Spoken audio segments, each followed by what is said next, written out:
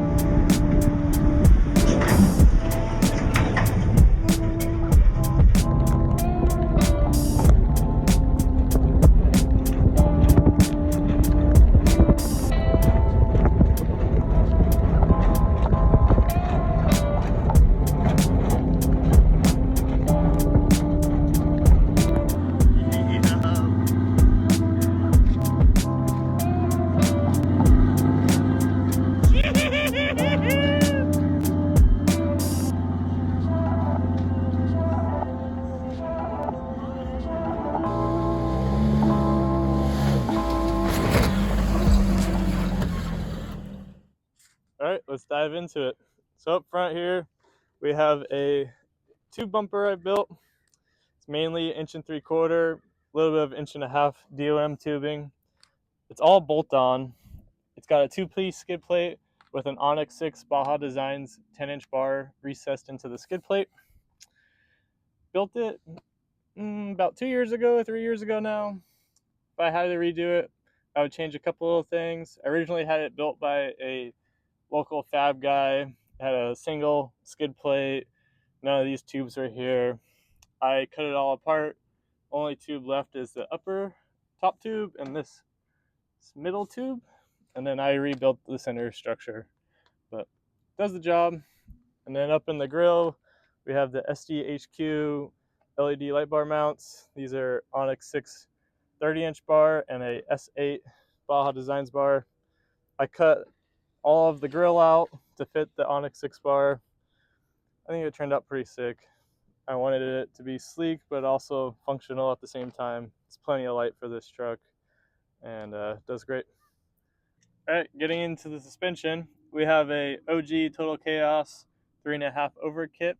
It has a 2.5 coilover bypass. It is a 3-tube bypass running a Fox setup. Truck is 4-wheel drive, so it has the extended axles. It has the Total Chaos cam tab gussets. It also has their spindle gussets. It also has Heim steering upgrade. So everything's nice and strong. And then over on this side, we also have the Total Chaos bypass hoop and the shock tower gussets. Everything fits nicely. I also have a Baja Designs rock light tucked up under here. And then just to add, we also have a Duro bump stop here. It's a progressive bump stop. One day I'll get around to adding a hydraulic bump, but for right now we're just running the Duro bump stop. Works good. All right, and then we also have some XL Pros by Baja Designs up here on the A-pillars. It's got plenty of light, like I said, for this truck. Maybe a little overkill, but you can never have too much light. And then just some small touches like these billet end caps on the tube bumper I added, little style points, and then tried these little fender washers to hold these trim pieces on that always fall off, but they like to stay in place. This truck is sitting on 35-inch Toyos, which are also on KMC real beadlock wheels. They are powder coated clear with a black ring. Truck is re-geared also front and rear with 488s. The stock is like a 373. With the 35s, it needed a little bit more help. And then we can get into the back over here, check out what we got going on. So we have a side exit exhaust coming out of the bedside that I made. It runs up and over the frame. It's got some heat wrap on it, but nothing too crazy. It is running a JD Fab spring under kit with a 2.5 by 16-inch bypass and a hydraulic bump. It is sitting on a pair of H70 Diva leaf springs, and it is strapped roughly around 17 inches. Nothing too crazy. With these trucks, I've noticed you want a lot of up travel from ride height, so I try to get it up as high as possible without being stink buggy. Right at ride height right now, we're at roughly 10 inches of up travel to all the way bump. So I think that's one of the major things to get these trucks running pretty good in the woods. But every truck's a little bit different. Also depends on driving style, in my opinion. We can check out what we got going on in the back here.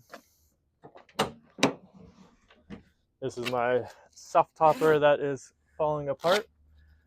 A soft topper, looking for a sponsorship. So in the back here, we have a jack mount I made, just a little Harbor Freight jack tucked up in the corner. We also have a full-size spare and a DMZ bed cage. Up on the bed cage, we have a fire extinguisher mounted and the jack pole. A spare tire can be mounted up in the front or in the back here. I do sleep back here sometimes, so that's why I went with the DMZ bed cage. It gives me the most room. Can still put dirt bikes and stuff like that back here. Over here in the corner, I added in a JD Fab battery relocation. So the battery is no longer up in the engine bay. It is back here in the back. This is an Optima. Got some 1 watt pro wire running all the way up to the front. And then a buggy whip mount and some Total Chaos bed stiffeners with a umbrella mount I made for those hot summer days.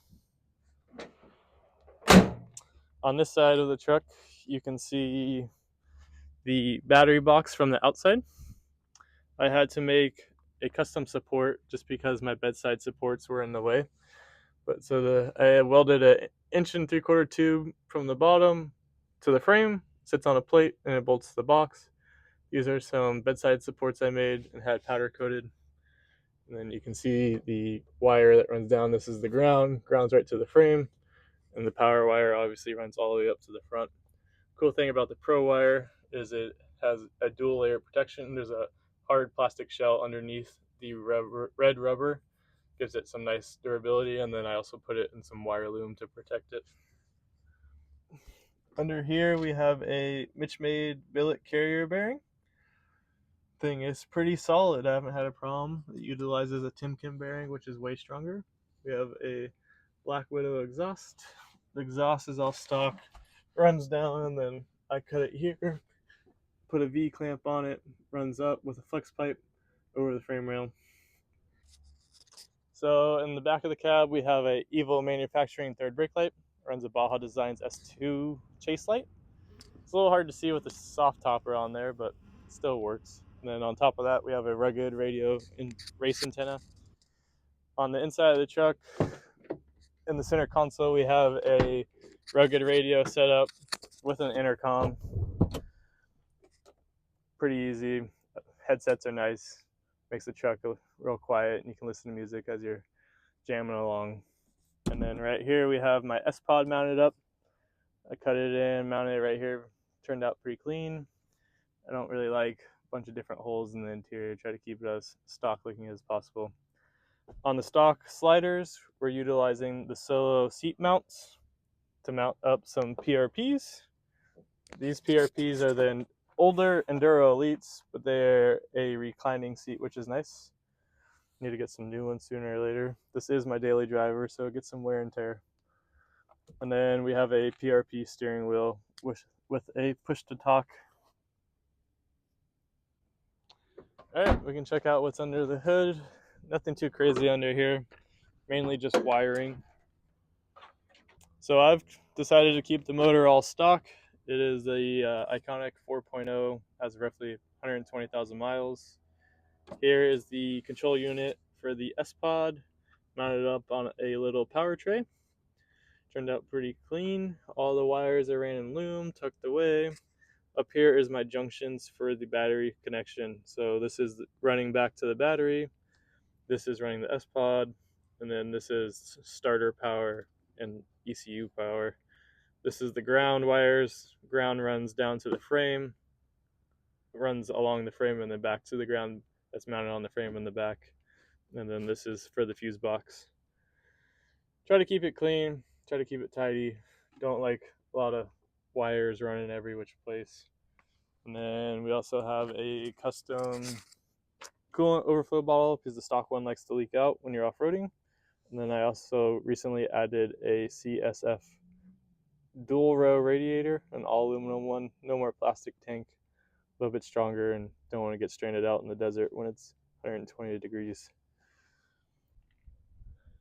One other thing to mention is the truck is sitting on some DMZ solid motor mounts and transmission mounts. The motor ain't going nowhere with those things in there. They're pretty beefy. Hard to see from up here, but they're all 3/16 plate, powder coated, rust resistant, and all that good stuff. There's a better look at the radiator and coolant overflow. Radiator is definitely a lot beefier than the stock one, which is good. I have a little Cartech siren mounted behind the bumper to mess with people. And down here you can see how I mounted the bumper off cross member. I had smashed in the stock mounts and then fabricated up some new ones. And then has an underbelly skid plate as well, protecting the oil pan. And then down here we got my street sweeper modification. You know, out the desert, it's quite bumpy out, so I figured if these dragged on the ground enough, eventually one day the desert would be smooth. So this is my part in helping keep the desert smooth, you know, really smooth it out. That way we can get away from all this crazy suspension and go back to like stock type cars. In all reality, these are just some little mud flaps, kind of inspired by Dakar trucks that you see on the Dakar race. They're there to help protect the rear shock shafts from getting damaged and the leaf springs and a little bit of the paint chipping. They look kind of goofy. I like them. If you don't, I don't care. So that pretty much covers everything on my Tacoma. It's been about a 5-year journey getting to this point. Took this truck from stock right out of high school and have slowly built it up to this. Went through different stages where just the front was done and then saved up for a while and did the back. By no means is it anything crazy, but I enjoy the heck out of it. It's 4-wheel drive. It's a Toyota. It's not fast, but it's reliable. Goes everywhere. We've done anything from John Bull Trail to Glamis, sand dunes, to you name it. We've done Mojave Trail a couple times. Truck does great. Gets you everywhere you need to go. Don't really know what it holds in the future. I don't really see myself chopping it up much more than it already is, but maybe add like a front hydro bump stop and mess with it, try to get it as good as I can for what it is. But if you got any questions, drop them down in the comments. Like, subscribe. We're going to be doing some truck content. We're going to be doing all sorts of stuff: mountain biking, dirt biking, wrenching, you name it, we do it. So follow along if you want. I appreciate it, and we'll see where this journey goes.